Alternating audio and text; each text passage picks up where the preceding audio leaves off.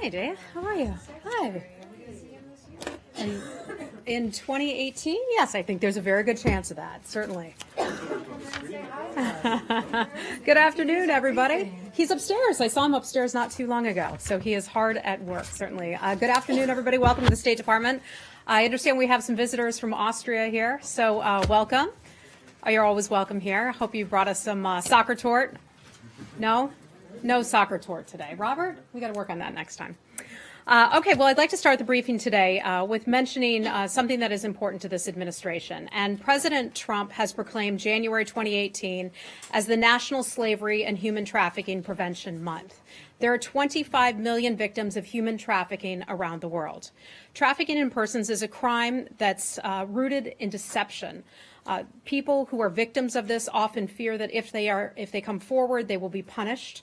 Human trafficking happens in nearly every community around the world, even in the United States, robbing individuals of their freedom and also their dignity. You may recall a recent report on the African migrants in Libya who are being sold for as little as $200 at slave auctions. Perhaps some of you remember the young men from Guatemala who were lured with empty promises and forced into compromising job and living environments before they were found in Toledo, Ohio, just a few years ago. In September 2017, the State Department's Office to Monitor and Combat Trafficking Persons, that's the TIP office, awarded $25 million to the Global Fund to End Modern Slavery for a 3-year program to reduce the prevalence of modern slavery in specific countries or regions around the world. Secretary Tillerson is set to chair the President's Interagency Task Force to monitor and combat trafficking in persons. It consists of 15 government agencies because we can simply not fight human trafficking alone. The State Department supports the important work of our partners by engaging in strategic diplomacy, targeting foreign assistance, supporting the coordination of federal anti-trafficking policies, and engaging civil society and the private sector in some of these key partnerships.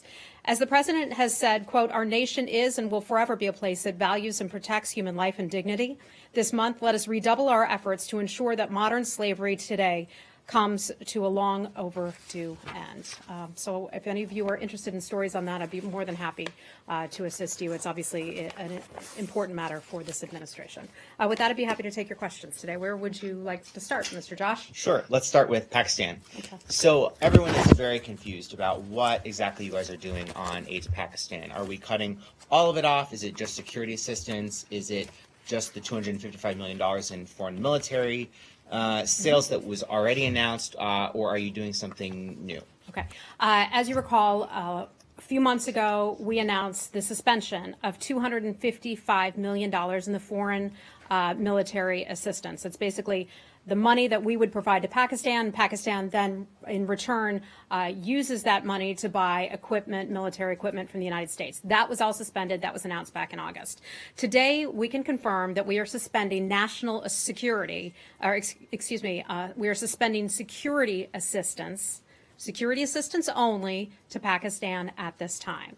Until the Pakistani government takes decisive action against groups, including the Afghan Taliban and the Haqqani network, we consider them to be destabilizing the region and also targeting U.S. personnel. The United States will suspend that kind of security assistance to Pakistan. What's the dollar figure on the amount of security assistance? So we are still working through some of those dollar numbers right now. As soon as I have a number for you, I can certainly get that to you. I have some more information that I can provide. And given that you're suspending that aid, but you're not reprogramming it to something else, Pakistan could still end up getting all of this money, assuming they meet your criteria. Is that right? Okay. Let me provide you with some more information, and I'll take some of your additional questions on this because I know you have a lot of interest in this.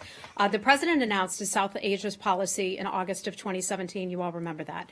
He made it clear that no partnership can survive a country's harboring of militants and terrorists who target U.S. service members and officials. It has been more than 4 months since the President's speech, and despite a sustained high-level engagement by this administration with the government of Pakistan, the Taliban and the Haqqani network continue to find sanctuary inside Pakistan as they plot to destabilize Afghanistan and also attack U.S. and allied personnel. Pakistan has greatly suffered from terrorism, and the security services have been effective in combating the groups that target Pakistani interests, such as al-Qaeda, ISIS, and the Pakistani Taliban. We have now worked closely with Pakistan against these groups. Now, just as we have made Pakistan's enemies our own, we need Pakistan to deny safe haven to or lawfully detain those terrorists and militants who threaten U.S. interests. The United States stands ready to work with Pakistan in combating all terrorists without distinction, and we hope to be able to renew and deepen our bilateral security relationship when Pakistan demonstrates its willingness to aggressively confront the Afghan Taliban, the Haqqani Network, and other terrorist and militant groups that operate from within its country. So, we will not be delivering military equipment or transfer security-related funds to Pakistan unless it is required by law. I think that part answers your questions. There may be some exemptions that are made on a case-by-case basis if they're determined to be critical to national security interests. Can you give any more details on what kind of military equipment you are not going to be providing? So when we talk about military equipment, that would be something that's solely under DOD. When you talk about that portion of the things, there's the foreign, the one that I mentioned earlier, the $255 million that we announced back in August. That was a suspension. Whatever it is that that country had bought from us in the past or would buy from the future, I don't have the details in front of me, but that's something that's kind of considered old news because it came out in August. No, I know. I'm interested in what's new here, and therefore you just said that you're going to suspend deliveries of military equipment and that you're going, or transfers of security-related funding. And what I'm interested in is just a simple description of, are we talking about, spare aircraft parts? Are you talking about ammunition? Are you talking about guns? Just broadly, what are you talking about? Again, I'm not going to be able to get into the specifics of that. A lot of that is under DOD, so I just won't have the details about that, but I can refer you to them. Okay. Follow up. Hi, Andrew. Hi. Are we talking about more than the 255? Yes. You're talking about additional millions or hundreds of millions. So the 250. Do you have a dollar figure? No, that's what I said. We're still working out those numbers. These are obviously big numbers. We want to get you the right numbers. Originally, back in August, we had talked about $255 million in the foreign military assistance. That is the money that goes FMF. That is the money that goes to to a one-year number. That was a not one-year number. This, however, will be limited to, will include 2016 FMF as well as prior year FMF that has not been spent or delivered. That would be somewhere north, I believe, of $255 million. That's one thing. That's the old piece of news. The new piece of news is that we are suspending the security assistance, and that is something that falls under Department of Defense.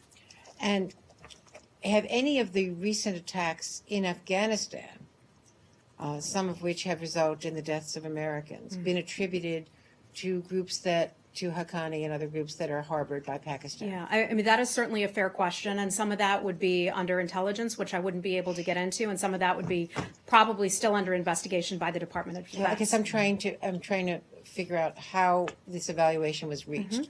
What is the failure of Pakistan that has caused this decision today? Well, this is something that should not come as a surprise to Pakistan because the President, Secretary Tillerson, and Secretary Mattis have all had conversations with Pakistani officials, alerting to them to our concerns that Pakistan has not done enough to detain, to take care of, and when I say take care of, I mean round up, terrorist and militant groups operating from within Pakistan. We've had a series of discussions with Pakistan about that, telling Pakistan that they need to take more decisive action. Now, the money that has been suspended at this time does not mean that it will be suspended forever. Pakistan has the ability to get this money back, if you will, in the future, but they have to take decisive action. They have to take decisive steps. People have long asked, why don't you do more about Pakistan? And I think this sort of answers that question. Obviously, Pakistan is important, an important relationship to the United States because together we can work hard to combat terrorism. Perhaps no other country has suffered more from terrorism than Pakistan and many other countries in that part of the region. They understand that, but still they aren't taking the steps that they need to take in order to fight terrorism. And thank you. And the mechanics of this, is this a situation where the U.S. listed certain things that it wanted Pakistan to do and it failed to do them? Or in taking away this funding, is the U.S. now saying, here are the exact things we want you to do to to actually get this back? A lot of this would fall under some of the private diplomatic conversations that the U.S. government is having with Pakistan. So a lot of that stuff I'm not going to be able to share because that would give away information to people we don't want to have that information. A lot of these are very sensitive matters, but we have been clear with Pakistan what they need to do. But can you say that Pakistan was warned that this specifically was going to happen if they didn't do I something? think this was not a surprise to Pakistan. They may say it's a surprise, but what is no surprise is that the president has expressed his concerns. Secretary Tillerson has expressed his concerns, as has Secretary Mattis, and I imagine many other government officials having those conversations with Pakistan. Heather, did Secretary deliver this news directly to the Pakistani government, and did the response he get, and is the Pakistani government's response to the United States something as if they've agreed to work with the U.S. on this, or is this a standoff? We've long had conversations with Pakistan about what they need to do and how they need to do more to help in the fight against terrorism. So I think this was no surprise. But in terms of any diplomatic conversations or calls to read out, I don't have anything for you on that. So Pakistan knows exactly what it needs to do in order to maybe one day get this money back. Is that right?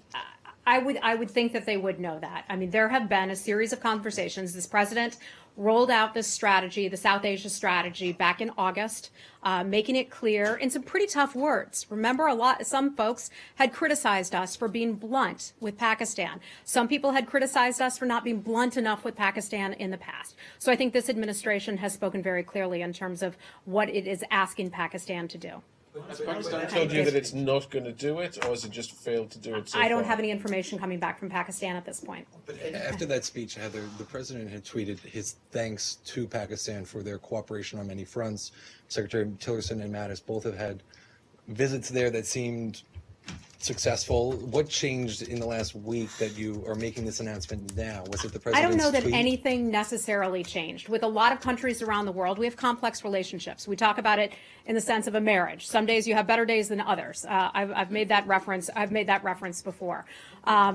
They have certainly, Andrea, they have certainly been helpful in some instances. You all know that. The Coleman family assisted with bringing home the American family.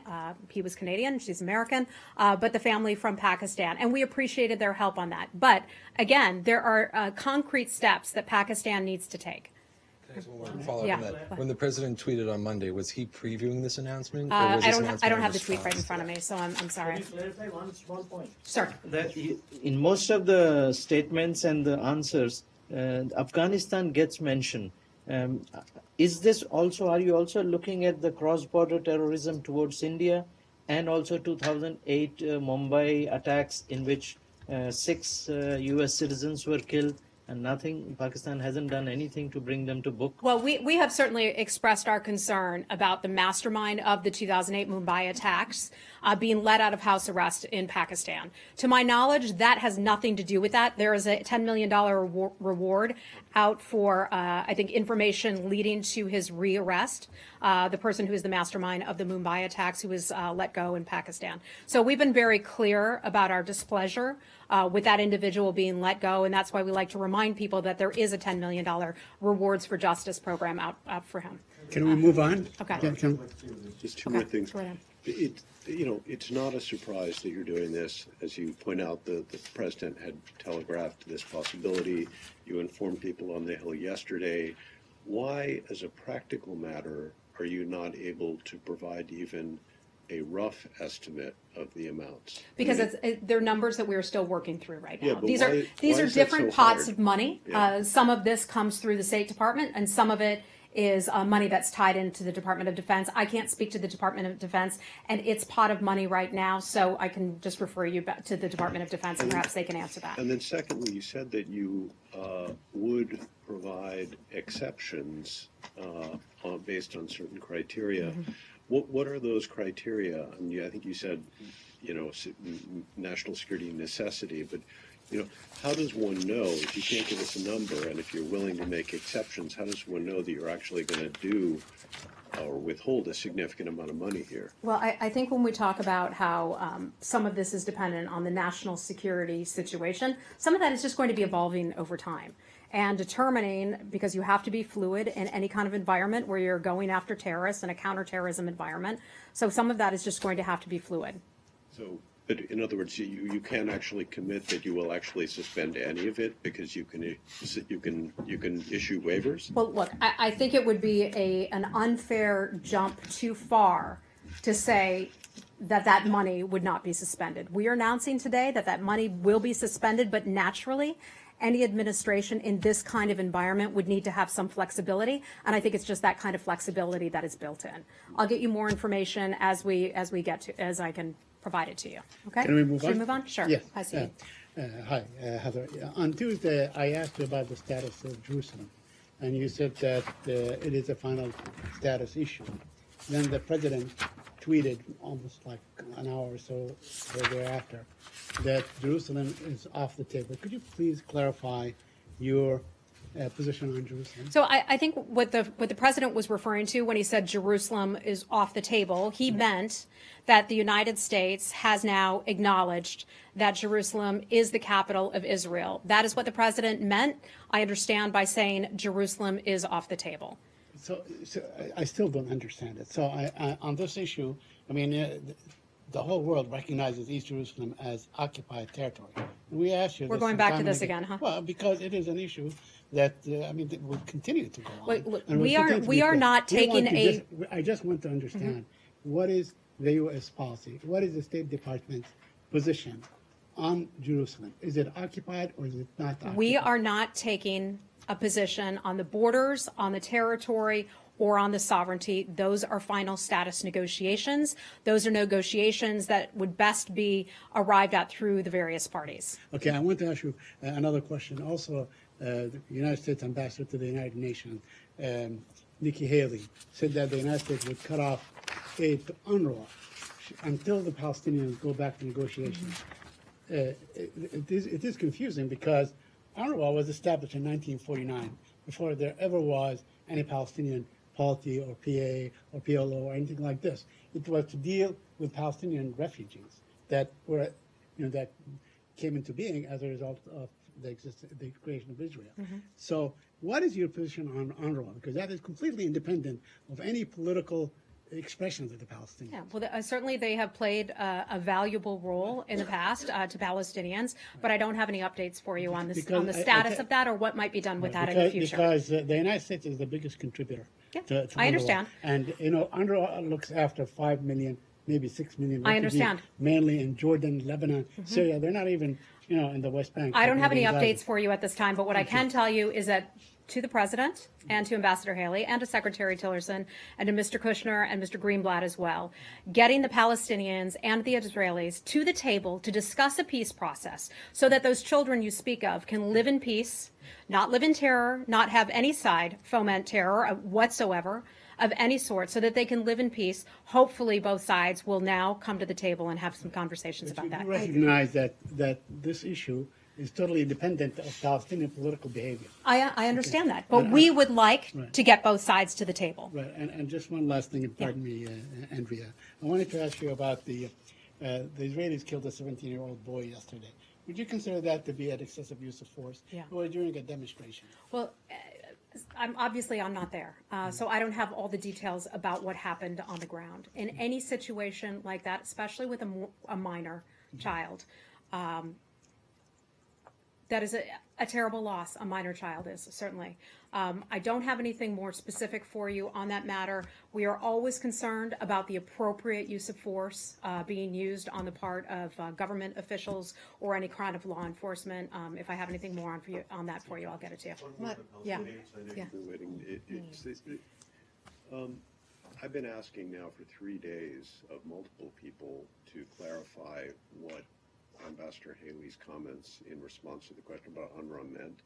It doesn't seem unreasonable to seek an answer. So if you could personally try to get an answer on that. And certainly. What is your specific question? Well, she said when she came out and spoke publicly on Tuesday that she was asked whether the United States was going to suspend assistance for the Palestinians, assistance to UNRWA for the Palestinians, and she suggested that yes, it was.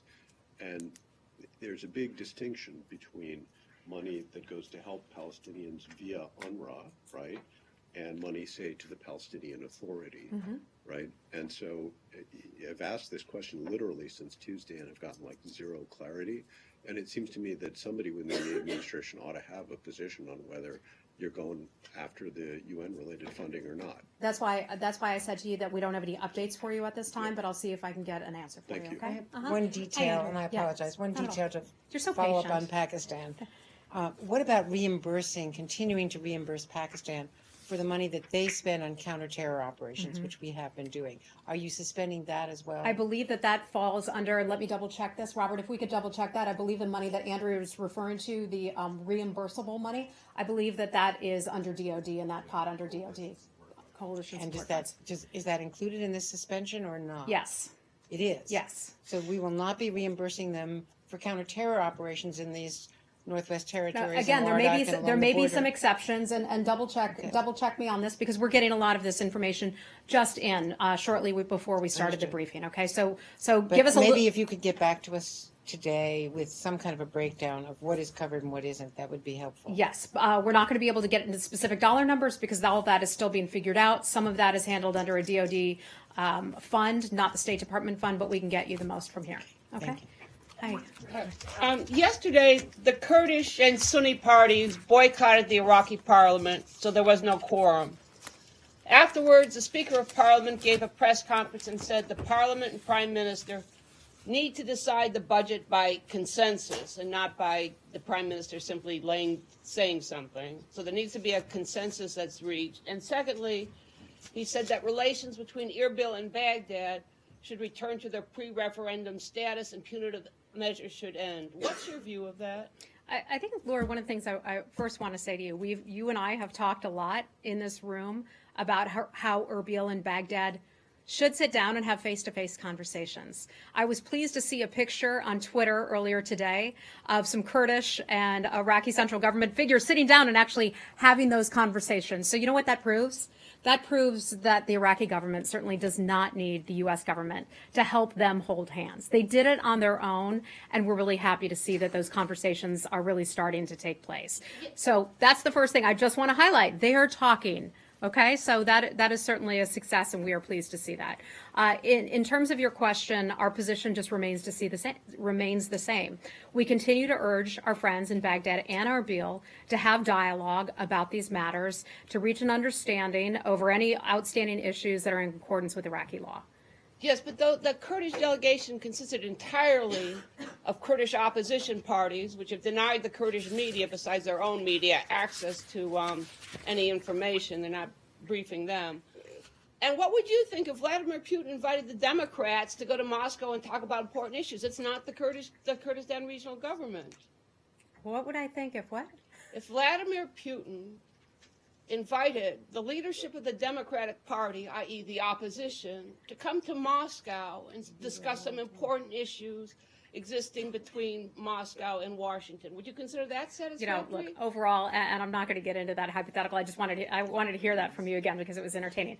But, I think overall, when countries and when individuals are talking to one another, that tends, by and large, to be a good thing. So if they're having conversations, I can't see that as a bad thing. So you don't see a body playing divide and rule among the Kurdish parties? Lord, some of this would be sort of internal politics.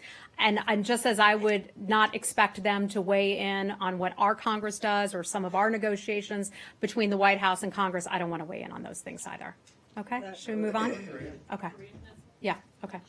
So the U.S. has agreed to hold off on these annual military drills with South Korea as the South and the North start to have some preliminary conversations about the Olympics and other issues. Can you give us any backstory on, obviously that's a DOD thing, but State Department very involved in trying to facilitate kind of negotiations and sort of the diplomatic component of that was something Tillerson was advocating for? I think one of the things that was important to us is having a good Olympics in which people can focus solely on the Olympics.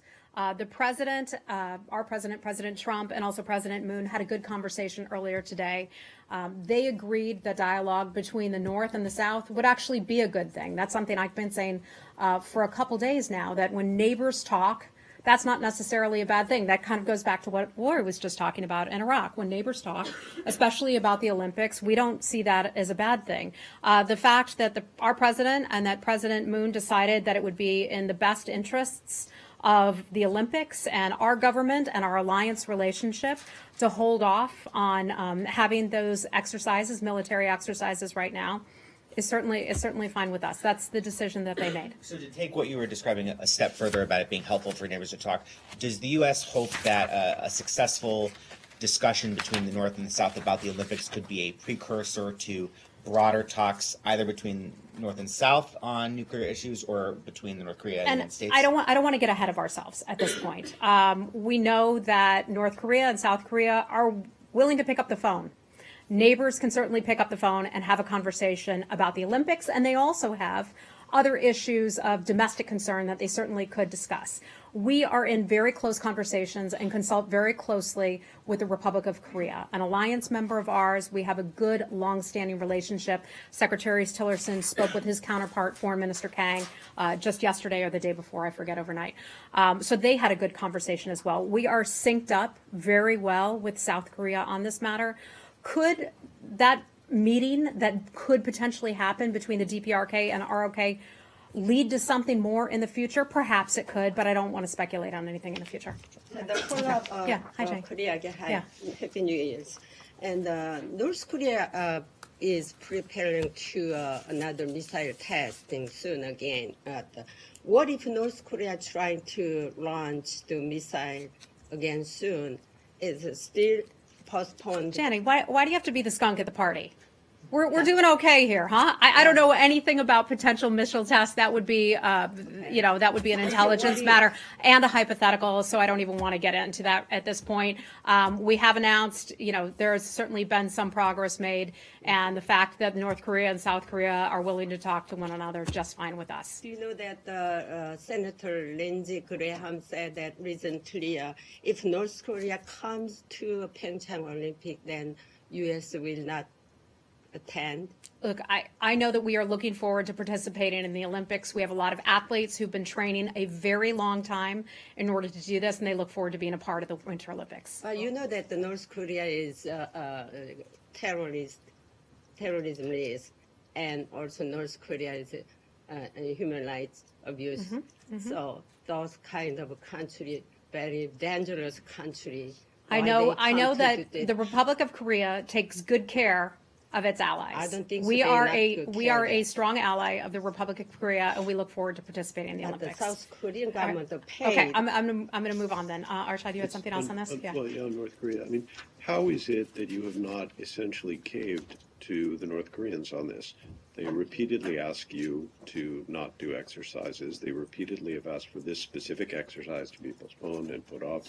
Normally, the U.S. military goes ahead and does it because they don't wish to appear to be giving in to a North Korean demand. How is this not a cave to, an unprompted concession to the North without getting anything in return? I think the last thing that this administration could be accused of is being an administration that caves to outside influences. If anything, people would perhaps argue the opposite.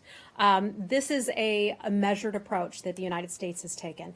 This is showing the fact that Kim Jong-un's people were willing to pick up the phone and call the Republic of Korea is a strong indication that our maximum pressure campaign is working. We have information and evidence that the pressure campaign is really putting the squeeze to the money that the DPRK gets and has been using for its illegal nuclear and ballistic missile programs.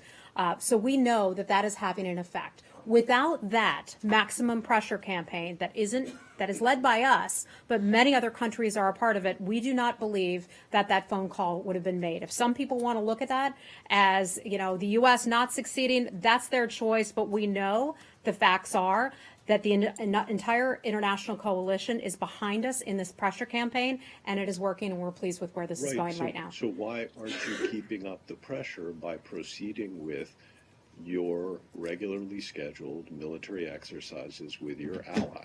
Look, that is something that is an announcement that came out of the White House in conjunction with the Department of Defense. I don't have anything more for you on that, other than that our focus was really on the Olympics. Okay. All right. Anything else on? So go right ahead. Hi. Just to clarify, are you suggesting that the scope of the talks between North and South is not limited to just the Olympics? so they could talk about denuclearizing and any other issues? Our understanding is that these talks will be limited. These talks will be limited to conversations about the Olympics and perhaps some other domestic matters. That's what I said, not beyond that. And when I say that we are closely linked up with the Republic of Korea, I can assure you that we are. This is not something where the Republic of Korea is going to go off freelancing. We're having lots of conversations with them and making sure that we are on the same page. It's not just about the Republic of Korea and the United States. It's also about Japan. It's about many other countries as well. Okay. And 2 days ago, you were skeptical about North Korea. You said North Korea was trying to drive a wedge between the United States and South Korea. Could be, yeah. So you still hold that account? Well, look, any nation could try to drive a wedge between us and one of our allies. That's what many other countries do. But no one's going to succeed at doing that, especially with this country, whether it comes to the Republic of Korea or Japan. No one's going to drive a wedge between the two of us. When I was talking about being skeptical, I was referring to we are skeptical as to the sincerity of North Korea having talks about the denuclearization. That remains our goal. That's the goal of our pressure campaign, our maximum pressure campaign. We're not changing that goal in any way, shape, or form. We're still sticking to that. Would they be willing to sit down and have talks about that? We're skeptical about that, but certainly we're going to keep pushing for it. Okay? And I've got to move on to a couple other people. About Iran. Okay. Hey. Yeah. The Paralympics are in March. Okay. Will the drills also be suspended during that time? Or I just during don't the have the Olympics? dates of the Paralympics or where they will take place you off the just top look of my into that? head. 'Cause it's gonna be We the can look same- into that. We may Okay. not have anything for you at this point. Okay. What did you Yeah. ask on Iran? I'm sorry. Turkey. Go ahead, Ilhan. Hi. Hi. One quick question on Turkey, if I may. Yesterday, there was this court case in New York. It's a Turkish banker, public bank official, and he was found guilty by the jury yesterday. And since yesterday, there are many accusations coming from Turkey, including Justice Minister, the Prime Minister, as well as Foreign Minister of Turkey, basically essentially accusing U.S. court going after Turkey's internal affairs. I'm not going to go into all these quotes, but what's your response to this court decision? Yeah, a lot of those things, Ilhan, as you know, and it's not a very interesting answer to provide you, but a lot of those are under the Department of Justice. Turkey has made some claims in the past of doing things that the United States is not doing. And I could just have to refer you to the Department of Justice on that. Okay, we got to go, guys. Thank you so much. Great to see you. I'm sorry. Just a quick question. Okay, one question. There are reports that the Trump administration is considering not waiving economic sanctions for Iran agreed to under the nuclear deal because of the protests. Is it true that the administration would consider linking the protests to nuclear-related sanctions? I can tell you that we look at Iran with a large lens. An overarching view of our relationship with that nation and for that nation, and I'm not going to get ahead of anything that the president may decide or may not decide to do with regard to the JCPOA. Okay. So the Iran sanctions today that the Treasury announced, were those planned ahead of these protests, or should they be considered a response at all to the protests? So so that came out of Treasury just a short while ago, and that is all something that I don't want to speak for Treasury. But I believe all of that has been in the works for quite some time. When the president did his big Iran review, he talked about having the ability to sanction various authorities that undermine human rights, various authorities that are involved in transferring weapons, providing missiles and ballistic missiles and other types of equipment, and so I think it would fall under that. Okay, gotta go, guys. I gotta go. Speculation in Iran that the U.S. might sanction or go after Iranian state-run media. Can you? I don't have anything for you on that. Okay, thanks everybody. Thanks, Heather. Have a good day.